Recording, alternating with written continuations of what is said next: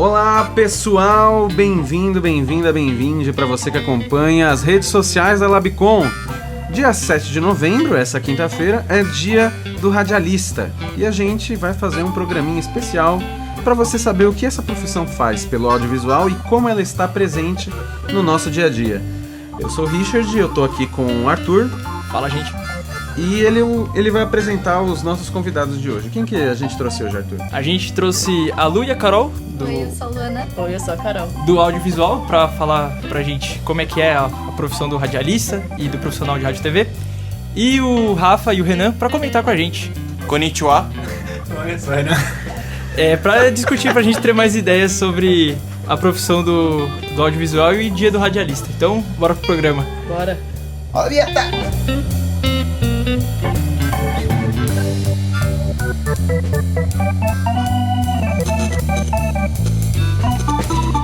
Carol e Lu, vocês podem começar explicando como é que o profissional de rádio e TV está inserido nas nossas vidas? Eu acho que o radialista, a pessoa que trabalha com audiovisual, está inserido em basicamente tudo que a gente vê e que a gente ouve. Seja na internet, seja na internet, TV, na televisão, Netflix. no rádio, tipo... É que isso também tá ligado mais à publicidade e propaganda, mas cartaz, qualquer coisa que você vê na rua tá relacionado a uma pessoa que trabalha com audiovisual. Então, é muito importante mesmo. Desde da TV, do cinema, tudo isso que eu falei é um profissional muito importante no nosso dia a dia, né? Exato, não é só um profissional de entretenimento, né? É um profissional que proporciona cultura, informação, debates, qualquer outra coisa, ou até mesmo Todos não os sendo... modos da gente não só se entreter, mas também se informar, vem de uma pessoa que trabalha com audiovisual. Então, o mundo gira por causa do audiovisual, cara. A gente tem um pouco de problema quando a gente fala da nomenclatura no dia do radialista, porque vocês acabam fazendo mais do que só rádio, não é? É meio... Sim, é até engraçado, porque no ano passado a gente fez um vídeo que a Luana apresentou, por sinal, um vídeo incrível. Tá na página da Labicom. Tá lá na página, pessoal. Que explica esse conceito errado que as pessoas têm de radialista. Que a pessoa faz rádio e TV e ela é radialista, ela faz o quê? Ela trabalha com rádio, ela conserta a rádio, ela... Conserta a TV, ela assistência técnica do seu iPhone, você vai levar para um radialista, não. O radialista, ele trabalha com tudo que é envolvido com audiovisual. Desde o diretor que tá sentado lá na cadeira até o cara que liga pro ator pra fazer o casting, entendeu? Tipo, desde o cara que tá lá arrumando o almoço pro elenco de um filme, de uma novela. É uma coisa muito ampla. E a pessoa não tá acostumada a entender a profissão porque ela só vê o produto, ela não vê o trabalho que dá pra fazer por trás, né, gente? Exato, normalmente eles não entendem mesmo. Meu avô ainda, ele acha que eu vou ser a próxima Fátima Bernardes, entendeu? Aí eu fico tipo, não, eu não sou jornalista, vovô. Eu sou, um negócio que se complementa, mas não é a mesma coisa. O audiovisual ali, o radialista e o jornalista, até o pessoal de PP, são coisas interligadas. Tanto que hoje em dia, a pessoa que é formada em comunicação, acho que todo mundo aqui pode falar sobre isso. A pessoa que é formada em comunicação, principalmente nessas agências de publicidade, todo mundo faz tudo, né? Uhum. Tem jornalista trabalhando com atendimento, tem radialista trabalhando com plano, você entra lá pra fazer qualquer coisa.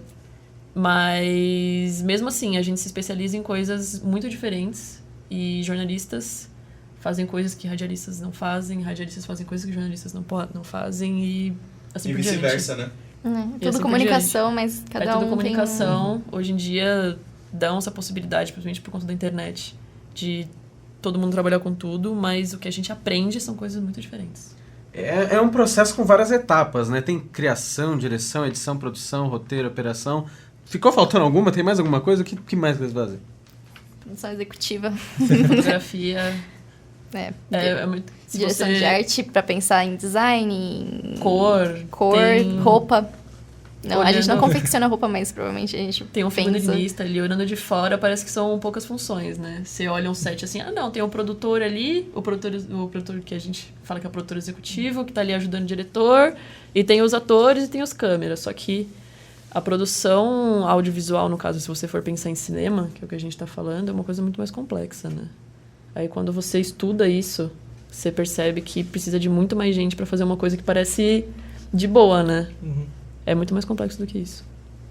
E na parte de mercado de trabalho, vocês falando de várias funções, é até bastante diverso, assim, para vocês. Ou não, como é que é a realidade do mercado de trabalho para alguém que faz ou fez rádio e TV? Então, é bastante... Espera que a tristeza vai falar agora. Não, então, falando de diversidade, os produtos audiovisuais, tanto cinematográficos, eles empregam muita gente mesmo. Ele não é só entretenimento, não é só 10 pessoas que estão fazendo isso, sabe? Uhum. Tipo, são muita gente, tipo, envolvida atrás de uma peça ou, sei lá, de uma websérie pequena, de qualquer coisa, de um curtinha. É muita gente que é empregado, muita gente que consegue oportunidade de crescer também no mercado diariamente. Então, é aquela coisa assim, como eu falei, o audiovisual é uma coisa necessária. Então, sempre, sei lá, a Globo sempre vai estar empregando muita gente que trabalha com audiovisual. Sempre vai ter gente atrás da câmera ali pra filmar o William Bonner. Pra fazer novela, pra fazer essas coisas, pra trabalhar com rádio.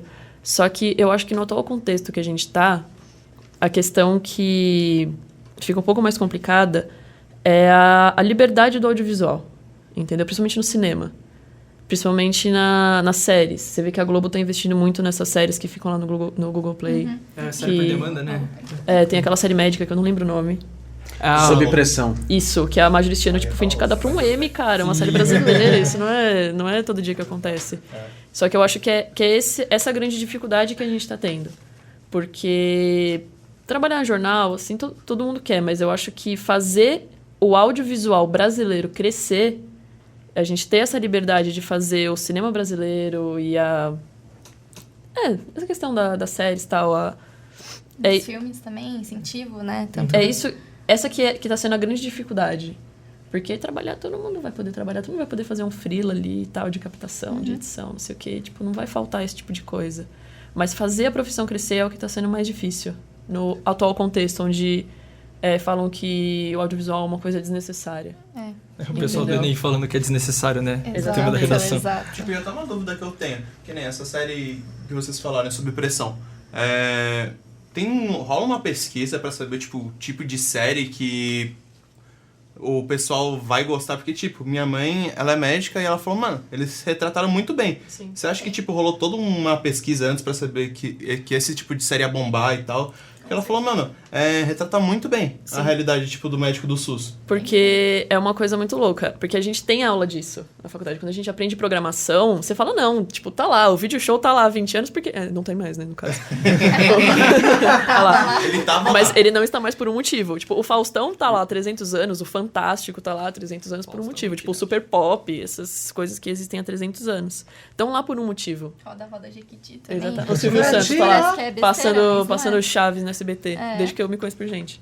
E tudo isso acontece por um motivo, entendeu? Então, se, por exemplo, é um chute um chute no vazio ali. Mas, cara, Grey's Anatomy tem, tipo... 17 temporadas e a galera continua assistindo. Tipo, House teve 300 temporadas e a galera continua assistindo.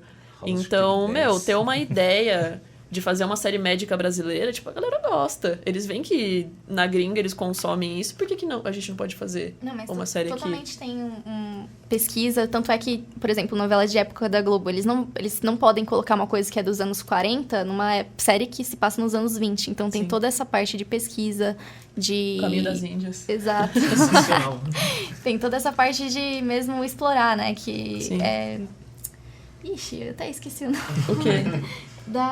Isso não tava na aula quando era a professora... Ih, Carol, matando aula? Não, eu não tive essa aula. Era do primeiro ano. Não, eu não tive essa aula. Ela matou matéria porque ela fez jornal também. Não, mas Pois é Eu entrei no pesquisa terceiro de semestre. campo, né? Então, Porque você precisa fazer toda uma contextualização. Por exemplo, quando a gente fez... No quarto semestre a gente fez uma websérie, cada websérie tinha um... Tema? Não tem um gênero. Obrigada. Tinha um gênero. Então, por exemplo, você vai fazer uma websérie de terror. Você não pode simplesmente colocar... Puta, eu vou colocar um monstro ali na websérie. Não, cara. Você tem que estudar. Eu preciso de uma referência pra isso. Qual tipo de terror que vai ser? Existem muitos tipos de terror. Então, quando você vai fazer uma websérie de época, uma novela de época, mas eu tô no Rio de Janeiro nos anos 40, tá? Que roupa que essa pessoa usava? Qual o costume que ela tinha? O que tava... Se eu for fazer um jornal da época, que notícia que vai ter? O que aconteceu em março de 1940? Entendeu? É uma pesquisa... Bem profunda, porque... Muito profunda. Senão tem a quebra da descrença, né? Que eles falam, que a gente fala, na verdade. Que é quando uma pessoa vê e fala, mas isso daqui não era pra estar aqui, sabe? Então a pessoa, a coisa importante do audiovisual é você acreditar naquilo que tá acontecendo. Tipo, Suspensão você não vai chorar com o Tony do... Stark morrendo se você não acreditar que ele tá morrendo. Exato. Né? A partir Então, do momento que você vê uma coisa estranha lá, você fica tipo, pera, mas que merda é isso, entendeu? Então você para de prestar atenção no resto, porque isso quebrou o momento que você estava assistindo, só imersão. Então, por exemplo, um processo de uma novela que às vezes demora 6 meses, demora muito mais que uns 6 meses, por exemplo. Nossa, porque é a pré-produção, é toda a parte de então pesquisa. Você pode colocar, um ano e meio? Até mais. Nossa, meu Deus. Até mais. Pra produzir tudo isso deve ser um trabalho gigantesco mesmo e deve ser ainda um trabalho mais gigantesco ainda pra conseguir fundo pra financiar esse tipo de coisa, né? Eu queria saber como é que entra, como é que nessa história, a gente pode até falar um pouco de atualidade daqui a pouco, como é que tá o meio. Tá meio estranho as coisas agora, mas estranho. como é que entra nisso o Fundo Setorial do Audiovisual e a Ancine, a Agência Nacional do Cinema? Então, assim... Eu choro agora. Então, como eu tinha falado antes, aquela coisa que a Luana falou, que a pessoa que trabalha com audiovisual ela tem oportunidades de emprego, entendeu? Nunca vai faltar uma pessoa para filmar William Bonner. Só que essa questão da Ancine, do Ministério da Cultura, todo esse contexto desastroso que o profissional do audiovisual está passando agora, é o que complica o crescimento disso, entendeu? Porque essa que é a parte importante. Por exemplo, o que a gente estava conversando antes de começar aqui. Você quer assistir Vingadores? Quando lançou o Vingadores Ultimato, você podia ir em qualquer cinema que tinham pelo menos 10 salas passando aquilo o dia inteiro. Eu fui. Todo mundo foi. Todo mundo foi, cara. Foi a melhor bilheteria da história. O filme o dia inteiro? Meu Deus do céu. Mano, eu comprei o balde. Eu comprei também, eu tenho a manopla. Eu fiquei com 7 centavos na conta, mas fiquei feliz. Só que, por exemplo, quando lançou o Bacurau, todo mundo no núcleo ficou, não, cara, vamos assistir Bacurau, vamos no cinema, não sei Quem o quê. aqui assistiu Bacurau, vai, fala. Você assistiu? Assisti. Aí sim. Você que tá ouvindo já assistiu Bacurau, vai assistir Bacurau. Assistam, vão ao cinema. É sério, vai ver Bacurau, mano. A gente vai chegar nesse Então, ponto, esse né? que é o ponto. Você quer assistir Longe, cara. um filme de Hollywood, você cola em qualquer cinema e você vai conseguir assistir. Mas agora você quer assistir um filme que teve toda uma iniciativa pra enfervecer, tipo, melhorar e dar mais visibilidade pro audiovisual brasileiro. Se você mora no ABC, você tem que ir pra São Paulo assistir. Porque só tem em cinema cult, só tem em certos horários. Então, essa que é a parte difícil. Você querer fazer essa questão do audiovisual crescer no Brasil e não conseguir. Não vai faltar emprego, mas falta dar importância pra isso. Uma divulgação maior? Não divulgação, incentivo. É valorização. Valorização. Distribuição também, né? Você... Também. A população também Não, porque, acreditar tipo, que é importante, né? Então, Porque... mas é que começa de cima, né?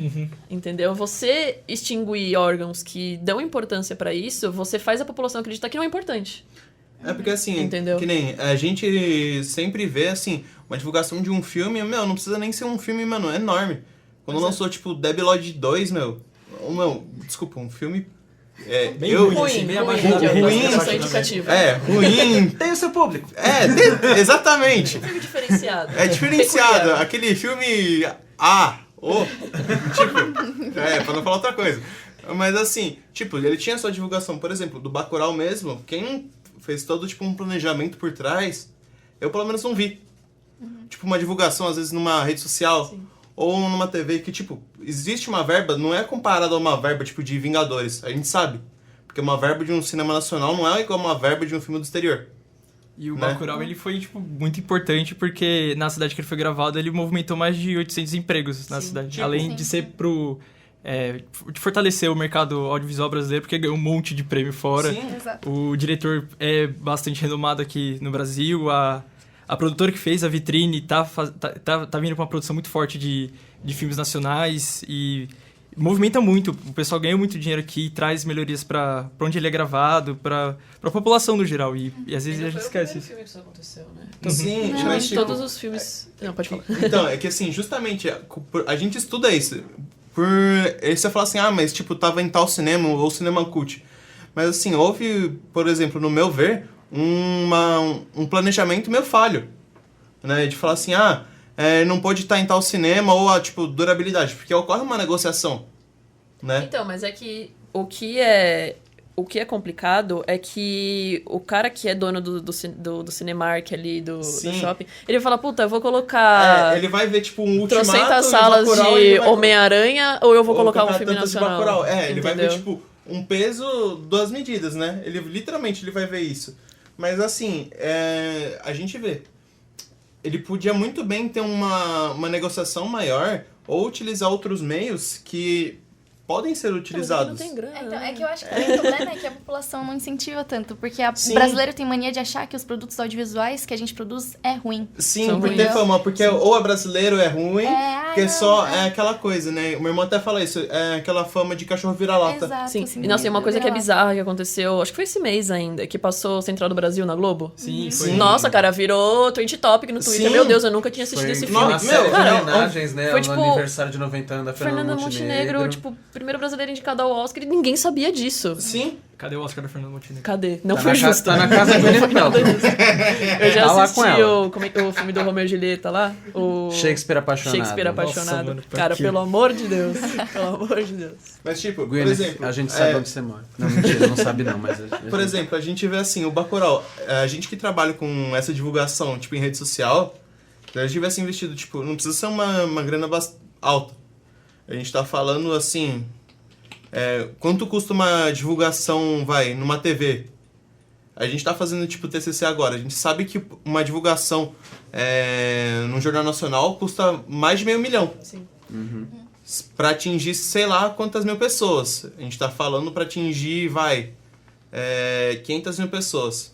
Pra você atingir a mesma quantidade de pessoas no Facebook, que é a maior rede social do mundo. Uhum. Tipo, ou no Instagram, você não gasta R$3 mil. Então, mas essa que é a Tipo, coisa. Teve divulgação. Então, Teve, só que assim, Só que quem deu importância foi um nicho muito pequeno. foi um nicho. Então, só que assim, no meu ver, ocorreu tipo um planejamento meio mal estruturado. Porque assim, se eles tivessem feito, pegado assim, uma agência, feito um planejamento meio que a longo prazo, né?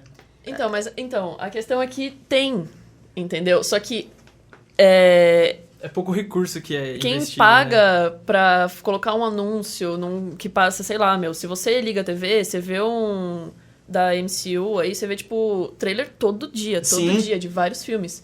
Só que a verba é totalmente desproporcional. Sim. Entendeu? Não. Então, o Bacurau acabou atingindo só... Um nicho muito reduzido. 300 Porque são as milhões pessoas- de E não bilheteria. é só o Bacurau, quase todos os filmes brasileiros. Tem filmes brasileiros que lançaram que são muito bons e que tiveram pouca visibilidade, tipo Bingo, o Rei das Manhãs, que quase foi pro Oscar e ninguém, tipo, Ele falou, foi pra não teve... representar, né? E ninguém, tipo, E falou olha que sobre... teve uma distribuidora grande aqui, né? Que foi a Warner. Exato. E Sim. o filme da minha vida também, que é um filme muito bom e que tinha, tipo, sei lá, só uma Selton Mello. sessão, tipo, Gênero do audiovisual. sei lá, no ABC ou em São Paulo, tipo, pouquíssimas sessões. É porque as pessoas As simplesmente pessoas... não se... elas não sabem. querem ver. Não é valorização. Exatamente, porque é o que eu falei, a coisa vem de cima. Se o governo mostra pra gente que não tem importância, Ok. se ele extingue um ministério que é dedicado a isso, as pessoas veem que não tem importância, elas não dão importância. Sim. Entendeu? Pra que eu vou assistir um filme que eu não gosto? Pra que eu vou valorizar um negócio que não tem importância? Entendeu? E, como eu tinha falado, a verba é desproporcional. Então, se tem pouca divulgação, só vai quem gosta. Entendeu? Mesmo tendo, tipo... Bastante gente foi assistir. Sim, Bacurau. verdade. É Só meio que- que um divisor de água nisso, né? Porque é muita disparidade. Você vê que, por exemplo, no Fantástico, sempre que tem uma estreia da Disney, uma semana eles antes tem uma entrevistar matéria a galera completa. lá, sim. Com o roteirista, com o diretor, com né? o O ator. que aconteceu com com todo Bacurau, mundo. acho que foi a própria divulgação das pessoas. Porque as Sim, pessoas eu ia falaram, falar por isso. favor, vá assistir Bacurau. Todo mundo. entendeu? Tinha Por até meme, favor, vários vá memes. assistir, O boca a entendeu? boca fez Não, muito exato, sucesso. fez muita diferença nisso, porque tem muitos produtos audiovisuais também que foram produzidos e tiveram uma qualidade ótima, mas não tiveram essa repercussão nas pessoas, né? Eu lembro quando na lançou indicação. o Hoje Eu Vou Voltar Sozinho. Nossa, fantástico, velho. Esse filme, gente, Eu foi amo. pra vários festivais, ganhou prêmios. Tem na locadora vermelha. O Que Horas Ela Volta também, que são filmes atuais, Nossa. entendeu? Aquários também, né? Que é do Cleber Mendonça. O que me deixa... Foi o que aconteceu com o Central do Brasil, que foi... A galera só assistiu o filme quando passou na Globo. Que o Que Horas Ela Volta passou, acho que na tela quente, alguma coisa assim. É, ele passou. Aí- Cidade de Deus também. Cidade Foi- de Deus nem se fala, né? É. Tipo, os Ele... filmes mais importantes da história do audiovisual E ainda brasileiro. tem produção gente que fala que a lindo, produção lindo. brasileira não é boa, Aconteceu, gente. aconteceu a mesma coisa com o Bacurau. Tipo, uma galera, de comunidade e tal, trabalhou no filme, teve uma importância absurda ali pro meio e tal. Tipo, colocou o cinema brasileiro pra fora. Todo mundo conhece Cidade de Deus. Tipo, Exato. cineastas, internacionais conhecem Cidade de Deus. Porque, tipo, ó, a fotografia é maravilhosa. Todo mundo conhece, todo mundo sabe. E tem gente que ainda não assistiu, tem gente que não acha que é Que não dá importante, valor, né? que não dá valor. E continua acontecendo com todas as obras até hoje. Isso eu falei, essa coisa da Central do Brasil me deixou Pistola. chocada, meu. Tipo, uma das coisas... Todo mundo sabe que a Fernanda Montenegro foi indicada ao Oscar e tinha gente que não sabia. É a falta de Pesado. incentivo à cultura, não é mesmo? Tinha gente que não sabia. E como é que vocês enxergam o futuro das produções do audiovisual aqui no Brasil? Apesar desse cenário de ter a internet influenciando pra revolucionar isso e facilitar as produções, né? Ou não, né? A internet facilita as produções? Como é que é? O que você acha, Luana? É porque tudo acabou voltando pra mesma questão. Eu achei muito legal essa iniciativa da galera. Tipo, isso divide muito mais. Igual. Acho que foi o Richard que falou agora. Ou você, não lembro. Que a galera fez a propaganda, tipo, vá ao cinema, vá assistir Bacurau, incentive o cinema brasileiro, entendeu? E isso é legal, mas não devia ser desse jeito, entendeu? Então, eu não consigo ser otimista, porque por conta do que eu falei, de que a coisa vem de cima e a parte de cima não tá ajudando. Eu acho que se o nosso futuro a nós pertence, entendeu? Então, a gente vai continuar... O profissional do audiovisual é o profissional do audiovisual que vai fazer o audiovisual crescer, entendeu? A gente não pode contar com mais ninguém pra isso. Infelizmente. Carol pra presidente da Ancine. O que mudou desde que vocês começaram com isso? O que mudou na profissão do profissional do audiovisual e do radialista desde que vocês começaram, desde que vocês estudam? Como que vocês se adaptam a essas mudanças?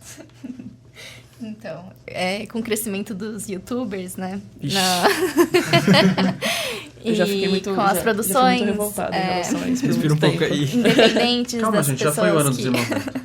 das pessoas que não tiveram estudo nenhum e estão aí fazendo seus produtos audiovisuais. As pessoas... Eu já sei do que você tá falando. Ai, Jesus. Então, acabou... como falar de um jeito Sucateando. sucateou a área, né? Porque hoje em dia o profissional de audiovisual, o radialista, ele precisa ser completo. Você precisa fazer a produção, você precisa fazer a edição, você precisa fazer a captação, você precisa fazer a pós, você precisa fazer o after e tudo mais. Famosos Ter o seu próprio filmmakers. equipamento, né? Esse Exato, a o parte mais próprio cruel. equipamento. Sim. E por conta disso, né, da facilidade, anúncios do Facebook, 1 mês de curso de youtuber, vem aprender como gravar. As pessoas, Exato. elas estão meio que desvalorizando um pouco. Então, assim, tem vagas que, por exemplo, você precisa fazer tudo isso e você ganha menos de um salário mínimo. Mas se você não fizer isso, tem alguém que faz, entendeu? Sim, alguém Por sempre esse- vai fazer no seu lugar. Exato. Então, isso não deixa... não permite com que a gente estabeleça mesmo, tipo, não, a gente tem que seguir esse padrão... Manter a ou qualidade. Manter a qualidade. Até Porque aí a sempre vai ter precarização alguém do que... trabalho, né? Sim, Exato. quando- Porque sempre vai ter alguém que faz por menos e faz né? Não também. Isso foi uma tecla que, quando eu entrei na faculdade de jornalismo, tinha, há um tempinho atrás, tinha acabado de... Acho que foi em 2012, 2011, não lembro. Não que eu entrei na faculdade, mas que saiu isso. Eu entrei em 2013. Da questão do diploma do jornalista. Nossa, nem fala. E foi uma discussão, tava super em alta ainda essa discussão. E foi isso que a minha professora trouxe pra sala pra explicar. Ela falou, gente, a gente tá num momento muito complicado pra vocês terem começado uma faculdade de jornalismo, porque tem muita gente achando que vocês não precisam estar aqui pra exercer a profissão. Aí ela até contou que teve uma menina que apareceu numa redação que ela trabalhava além da Metodista, e falou, não, eu quero a vaga de estágio como estagiária de jornalismo. Ela falou, mas em que semestre você tá? Ela falou, não tô fazendo faculdade, mas eu sei que eu não preciso de diploma pra fazer isso. Nossa. Aí a professora falou, não, tá bem. Então eu vou te passar um exercício aqui que um aluno do segundo semestre saberia fazer. A menina sentou no computador e, obviamente, ela não sabia como fazer. Entendeu? Então, eu acho que é muito difícil pra a gente que tá estudando para conseguir fazer isso direito, para conseguir fazer isso certo, para conseguir valorizar a nossa profissão, ver que, foi até, a gente teve essa discussão quando a gente estava assistindo um documentário semana passada que o Kowalski falou que, tipo, o surgimento das DSLR, que são essas câmeras que a gente usa hoje em dia, sucateou, e hoje em dia todo mundo pode fazer câmera tudo. Que filme fala? Então, é muito complicado ver isso. Eu até sei até sei de quem a Luana estava falando quando ela falou isso. Que a gente viu uma websérie independente na internet que, assim, deixou a gente traumatizado. Que basicamente não tinha nenhum... a mina tava andando, assim, você via a lapela, assim, vazando, assim, dava pra ver o microfone dela no bolso. Era uma coisa bizarra, uma atuação bizarra. Atores não... Exatamente, essa mesmo. Atores não... YouTube. Você vê que não são atores profissionais, isso também interfere na profissão deles, né? Porque, tipo, o cara tá lá, o cara é um... Ganhando no AdSense. O cara tá lá, é um bonitinho lá de Instagram e tá trabalhando como ator. E o cara que vai e faz artes cênicas, trabalha, ele não tá sendo valorizado. Entendeu? Então, é meio difícil ser otimista, mas eu acho que o nosso papel é dar seriedade, entendeu? Na minha formatura, o menino falou que, no discurso dele... Na primeira formatura? Não, a segunda não chegou ainda. Uma pessoa estudiosa aí, super gravada. Ele falou que ele ouviu uma vez que o papel do jornalista daqui em diante ia ser desmentir corrente de WhatsApp. Não é que ele acertou? Porque, nossa, é muito difícil. Às vezes as pessoas compartilham notícias no Facebook, e, tipo, alguma coisa muito séria. Você fala, meu Deus, isso é igual compartilhar uma fake news de que o Tite ia voltar pro Corinthians. Eu falei, quê? Isso porque essa é uma levinha. É uma levinha. Essa é uma levinha. A gente sabe, né? Nossa... Fake news, assim, a gente tá com um problema de fake news, assim, né? Não quero falar de onde que tá vindo. Mas... é muito complicado você manter a seriedade num momento onde todo mundo acha que pode fazer tudo e todo mundo acha que pode fazer tudo bem. Então... E mesmo sério é desacreditado, né? Dando o exemplo dos jornalistas, mas isso acontece com a gente também. É muito difícil você querer fazer um trabalho sério e não ganhar com isso, e você vê uma pessoa que não tem capacidade de fazer ou que tem muito menos capacidade... Não tem uma base, né? Fazendo no seu lugar. Entendeu? E ela tá ganhando com isso e ela tá sucateando uma coisa que a gente tá trabalhando pra melhorar. E pegando um pouco desse gancho que você falou de sucatear, de saturar o mercado audiovisual, foi pauta nesse último domingo, o tema da redação do Enem é a democratização do cinema, né? Do acesso ao cinema. Do acesso ao cinema. E puxando assim, o que vocês pensam dessa facilidade de produzir conteúdo, de fazer conteúdo para a internet ou para outros lugares? Ela ajuda a democratizar ou ela é uma falsa democratização? Como é que vocês pensam? É um tema relevante? É um tema muito relevante. Toda essa discussão que a gente teve que eu falei, as pessoas que foram fazer redação e acharam que não eram relevantes são as pessoas que estão sendo afetadas negativamente pela falta de incentivo do governo, né? As pessoas que normalmente acham que incentiva a cultura, né? Não é a que estava tendo acesso à cultura, né? As pessoas que não têm normalmente... Pois é. Tipo, justamente é um tema tão pertinente, tipo, pro assunto que você vê, tipo... A gente sabe o Enem, qual é o foco do público do Enem, né? Estudantes que visam entrar em faculdades, tipo, Publicidades federais. Né? E, tipo, a gente sabe a condição daquele estudante que, tipo, rala o ano inteiro. A gente sabe, assim, que fala assim, não, é o filhinho de papai que é uma federal. A gente sabe. Só que, assim, a gente sabe a grande maioria. 2/3 do cara que presta o Enem é aquele cara que, mano, não tem uma condição de pegar e pagar uma particular. A gente sabe. E, aposto que quando esse cara viu o tema, ele falou, mano... Ele pode falar dele também sobre isso. Exatamente. E, tipo... O quão pertinente, que eu vi muita gente falando assim, não, tanto tema pra você falar sobre a redação petróleo que aconteceu 2 meses. Eu falei, querido, me poupa, vai. Não, eu penso que um empecilho bem grande pra essa questão de democratização é a relação com produto pirata, assim. O pirateio dos produtos, né? Porque... tem um grande investimento, um gigantesco investimento em todos os produtos e quando outra pessoa lá capta aquilo pra ela, acaba roubando todos os resultados, né? De forma ilegal. Então eu penso que isso é um grande empecilho também pra conseguir bons resultados no Brasil ainda.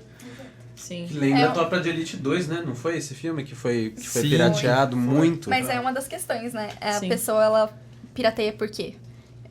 O cinema, normalmente... É tão caro. É caro. Cara, é bizarro. E quando você quer ver um filme diferente, você tem que ir longe pra ver esse filme, porque são só cinemas mais cults, elitizados. No centro da cidade, Sim. né? Que no Aí, caso tipo, são Então, as coisas esse é o problema. capitais, Por que né? que as pessoas correm tanto pro pirata, né? Porque é fácil acesso mesmo. Tipo, a né? pessoa às Isso vezes vai pagar, tipo, transporte, aí ela chega lá e fala assim, nossa, mano, eu andei pra caramba, quero tomar alguma coisa. Aí chega lá, Pipoca 50 reais. Pipoca 50 conto, mas o preço do ingresso não sei quanto.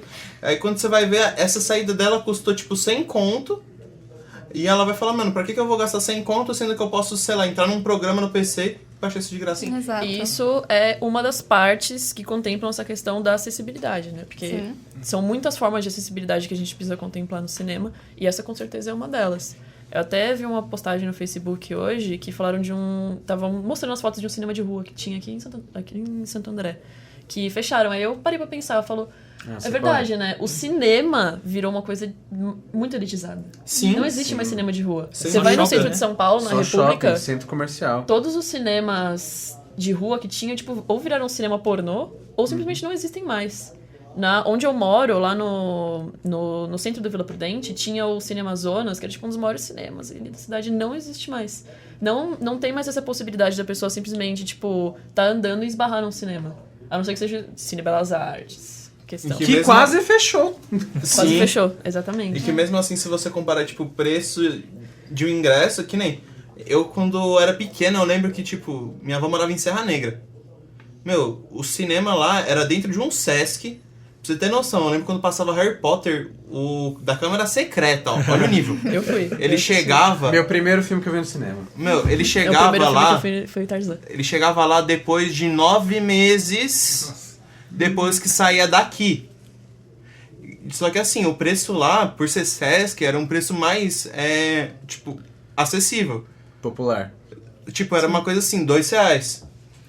E tipo, era uma coisa assim, era um anfiteatro ainda que pegava e lotava. Coisa assim, beirava 1.000 pessoas. E assim, era tipo, 3, 4 sessões por dia. E você vê como as pessoas querem ver. As pessoas Eu acho que gostam de esse que é o ver. ponto, as pessoas querem ver, porque Sim. tem marcas, né, de cinema que elas fazem a segunda, né, Promoção. Segunda-feira, de tipo, segunda. metade do R$5 preço. o ingresso. Lota sempre. Qualquer Sim. sessão lota o cinema. Filme brasileiro Seja também pra- fazem essa promoção, né? De ter desconto. As pessoas Projeto. querem ver, o problema é realmente E tem muitos ter acesso. lugares, tem muitos lugares agora que fazem exibições, né? No Ibirapuera vive tendo exibição. Teve um ano que eu fui, que eram os Oscars 2014, 15, que fizeram exibição de, tipo, todos os filmes que ganharam Oscars, que foram importantes naquele ano. Tipo, era muita gente assistindo aquilo. Então a galera quer ir no cinema, né? Mas... é caro, né? Tem a A questão galera do- quer e ir é no de- cinema, e esse que é o problema. Tem uma galera debatendo também que o cinema pode morrer. Eu acho que não é Não essa vai, questão. não Não. vai. Sabe? É que quanto Não é mais essa você deixa questão. uma coisa inacessível, inatingível, fica mais difícil de ir, né? Mas o pessoal ainda quer, né? Porque... Pagar 50, 60 reais no ingresso é um negócio Exato, é absurdo. nada a ver. Tipo, todos os filmes agora que saem de Hollywood saem em 3D. Qual foi o último filme de herói, assim, ó? Que você assistiu não era 3D. Maldito Avatar. Todos, é bizarro. Exatamente. Cara. Eu odeio o filme 3D. É muito ruim, mano. Tipo, eu odeio. Pra ver o quê? Uma letra pulando só. Eu fico tenho que botar um óculos em cima do outro. Exatamente. Pra ver uma letrinha pulando, porque nem tem mais aqueles efeitos que realmente saem da tela, né? E fica muito escuro. Você é obrigado a ver o filme escuro. Você perde todo, tipo, a beleza do filme e tal. Sim. E tem a questão do preço, porque tem que valorizar de alguma forma, mas assim, fica muito caro. Aí o pessoal não assiste e acaba não valorizando e fica... Faz mais salas de cinema. Fica essa vão ter faca mais de dois pessoas gumes, assistindo né? em lugares diferentes, vai ficar mais barato. E baratear a produção. Exatamente. Não baratear a produção, mas incentivar a produção, financiar as produções. O Richard comentou do Fundo Setorial de Audiovisual, todo o dinheiro que eles arrecadavam ia para as produções que eles financiavam. Não ficava muita coisa para eles. O que ficava era só para eles administrar ali entre eles, para poder fomentar a indústria do audiovisual brasileiro. Que é super importante para a cultura e para as pessoas verem, mas as pessoas ainda não têm essa noção que a cultura faz sentido na vida delas, que uma obra artística faz sentido na vida delas. Essa é a discussão, né? Mas voltando ao tema, na pergunta que você tinha feito, a gente fugiu um pouquinho aqui do tema da redação do Enem, né? Que o Rafa falou da questão da acessibilidade para as pessoas. Não, tudo bem. Zerei. Só porque parou em Avatar depois. Zerei. Não teve intervenção. Zeramos. E a questão que a gente falou da acessibilidade para as pessoas de baixa renda. Só que, por exemplo, existem outras formas de acessibilidade que a gente não passa perto de ter. Entendeu? Uma pessoa deficiente auditiva nunca ia conseguir assistir um filme. Entendeu? Se ela não conhece, se ela só conhece Libras, se ela não conhece o nosso alfabeto, ela simplesmente não ia conseguir ir no cinema. Ela não tem essa experiência. Não existe.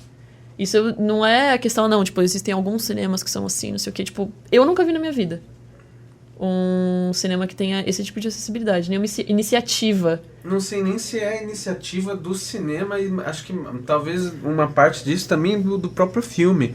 Esse ano teve o lançamento do filme da Turma da Mônica, que teve divulgação. Sim.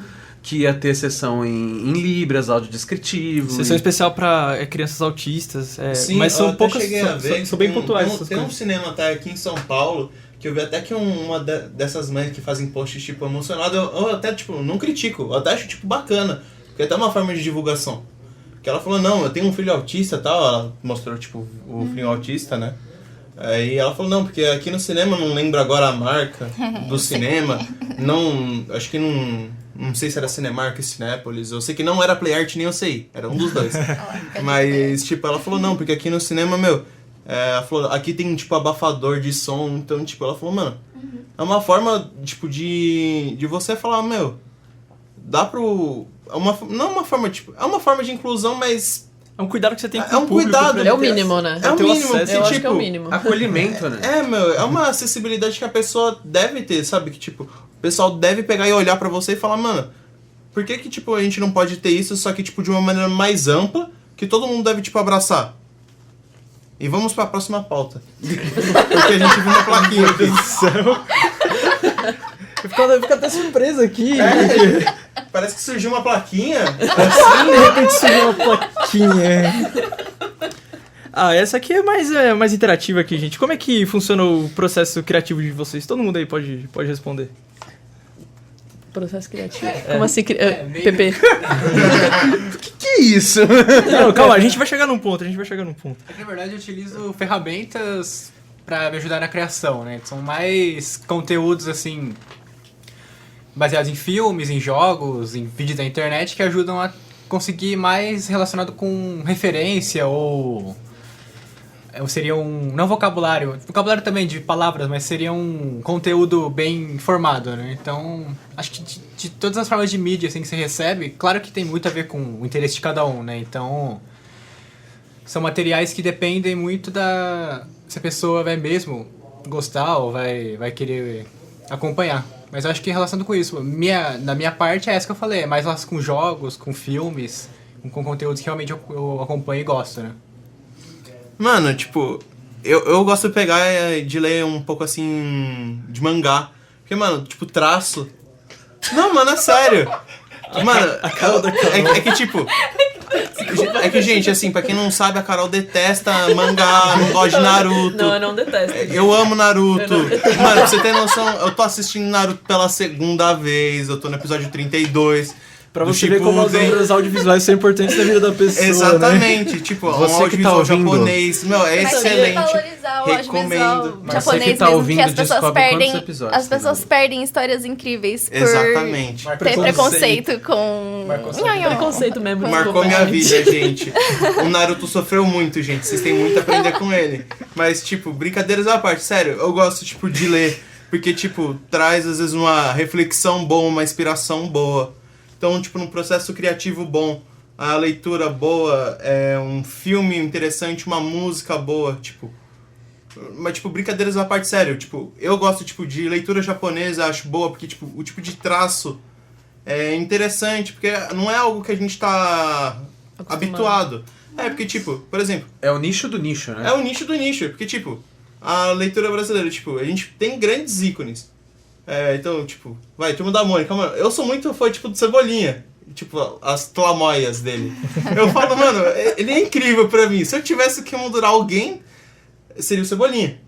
Só que, tipo, aí eu falo, mano, o Cebolinha pra mim é o cara. Só que aí, às vezes eu pego, tipo, às vezes num planejamento que a gente faz aqui na agência, eu falo... Às vezes, mano, parece besteira, mas às vezes, tipo, eu uso uma história do Cebolinha pra fazer, às vezes, alguma ação. Olha aí. É sério, meu. Tipo, parece besteira, mas é verdade. Eu queria ver isso aí um dia, deve ser engraçado. Não, tipo, às vezes a gente precisa fazer uma ação tática, às vezes por uma campanha, e a gente tem que pegar uma inspiração. Então, às vezes é tipo, uma música, um filme, uma série.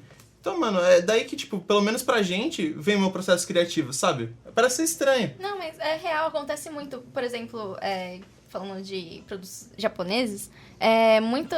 Por exemplo, Matrix. Matrix bebeu com certeza da fonte do Ghost in the Shell, entendeu? Sim. Então, tipo, tem várias coisas que se você observa, a galera, tipo, se inspira, assim, em produtos de outras culturas. E isso eu acho válido até. Eu acho bem, bem legal, porque você pode criar uma coisa nova, sempre, a partir de novas inspirações e tal. Tipo... Como é seu processo criativo, Carol? Você também assiste Naruto? Assisto. Sabia que vocês iam fazer isso comigo. Foi natural. Mas natural. não, tudo bem. O pior é que foi, gente. Então, acho que a gente tava até tendo uma discussão sobre isso que o Zuko hoje na agência teve um momento ali filosófico. Nossa. E beijo, Zuko. Zuko é um colega nosso, não é de Avatar, viu, gente? Jesus. E não, Avatar é da hora. E eu acho que essa questão do processo criativo, tanto pra criação, pra audiovisual, que é o que a gente tá falando aqui, ela vem muito da percepção que a gente tem das coisas à nossa volta, entendeu? Então, eu gosto, apesar de eu não fazer publicidade, não ter feito publicidade, eu trabalho bastante com criação.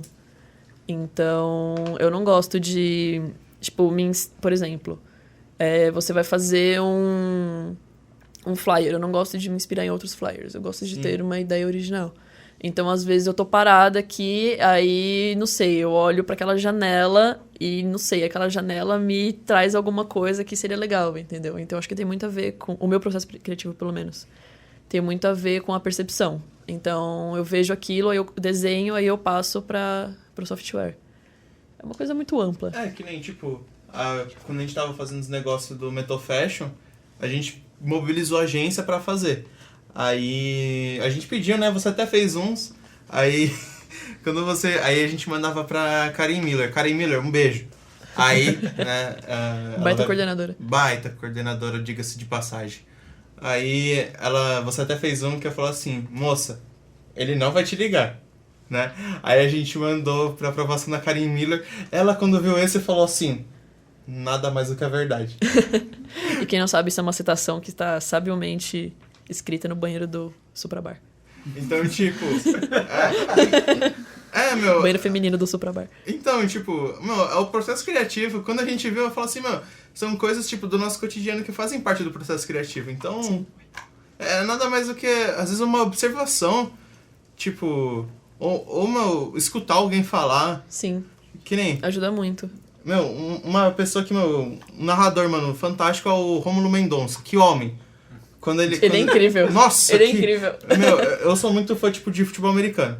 Aí quando ele pega, eu tô lá, ele fala, sua serigaita! Aí eu falo, mano, ele tá falando de um mamute batendo em outro mamute. Eu falo, meu Deus, por quê? Aí, tipo, eu fico assim... É metalinguagem que chama, Rogério. Aí, tipo, eu fico assim... Aí você olha pra ele, tá pleno. Ele tá assim como se nada tivesse acontecido. Aí eu falo assim... Um gênio. O caos, né? O caos. E no que totalmente diferenciado. E no que a produção audiovisual brasileira, o profissional de audiovisual brasileiro pode se inspirar para reinventar o seu produto e para conseguir disseminar ele pela população e conseguir ter uma vida mais longa e mais próspera? A gente só trabalha com referências aqui, sabe? Você quer falar alguma coisa, né? Nossa, eu tive um delay pra entender a referência. Eu não assisto nada, mas eu assisto Star Trek, cara. Eu acho que, igual eu tinha falado antes, eu acho que atualmente no Brasil o profissional do audiovisual não pode contar com ninguém. Então, igual eu tinha falado, o futuro do audiovisual ao profissional de audiovisual pertence. Então... Profundo. Exatamente, aí, meu anjo. Então, eu acho que depende muito... É uma profissão que atualmente está muito ligada... Isso vai parecer meio piegas, mas muito relacionada... Minha mãe falaria. Muito relacionada ao amor que a gente tem pela profissão mesmo. Entendeu? Porque ninguém vai trabalhar com audiovisual querendo ficar rico, querendo ganhar dinheiro. E sim fazer com que aquilo que você ama tenha visibilidade. E que seja levado a sério. Então... Acho que é isso, pessoal. Nossa, a Carol falou bonita. Eu gostei das palavras dela minha. Eu acho que é isso. É muito difícil. Eu acho que você querer seguir carreira num momento que o que você quer fazer não está sendo valorizado é muito complicado, mas eu acho que deixa você mais incentivado a fazer, entendeu? Motiva mais, né? Você fica muito mais incentivado. Existe motivado, né? Não sei. Incentivado, não sei, vou procurar. Você fica... neologismo. Exatamente, Eu invento a minha própria linguagem. Você fica muito mais motivado a querer fazer isso acontecer, entendeu? Querer fazer isso crescer. E eu acho que é isso que nos resta agora. Olha, a gente tocou em muitos assuntos. Algumas vezes a gente quase fugiu, mas não fugiu da pauta. Não fugiu, não deixaram a gente fugir. A pauta é sempre presente. Uhum. Rendeu bastante, foi um papo muito gostoso que a gente tá agora assim caminhando pro final. Eu queria pedir para vocês, se vocês têm algum recado final, alguma coisa que vocês gostariam de falar para encerrar esse programinha que a gente fez aqui agora. Começando, quem gostaria? Eu só vou dar um recado rápido. Valorizem o cinema nacional. Não só o cinema nacional, mas o profissional de audiovisual, cara. Porque é ele que faz tudo isso que você vê e que você ouve acontecer. Então, assiste o vídeo do ano passado, do Dia do Radialista, que eu apresentei. Aprende o que a gente faz e dê valor pra isso que a gente faz, porque, cara, você pode achar que não, mas a sua vida não iria funcionar se não fosse pela gente. Então, dê um pouquinho de atenção, respeite. Aprenda. Temos um programa? Eu roubei essa aqui da Juliana Valor do Mamilo, gente. É isso, gente. Estamos encerrando aqui o programa. Obrigado por todo mundo que participou. A Lu, Carol, o Rafa, o Renan, o Richard, o grande Robert coordenando aqui a gente, liderando nossas pautas. O Deus audiovisual, o grande Zilmar aqui. Obrigado, Zilmar. E é isso. Obrigado e até mais. Dá tchau, gente. Tchau. Tchau, bacana. Até, pessoal. Até a próxima.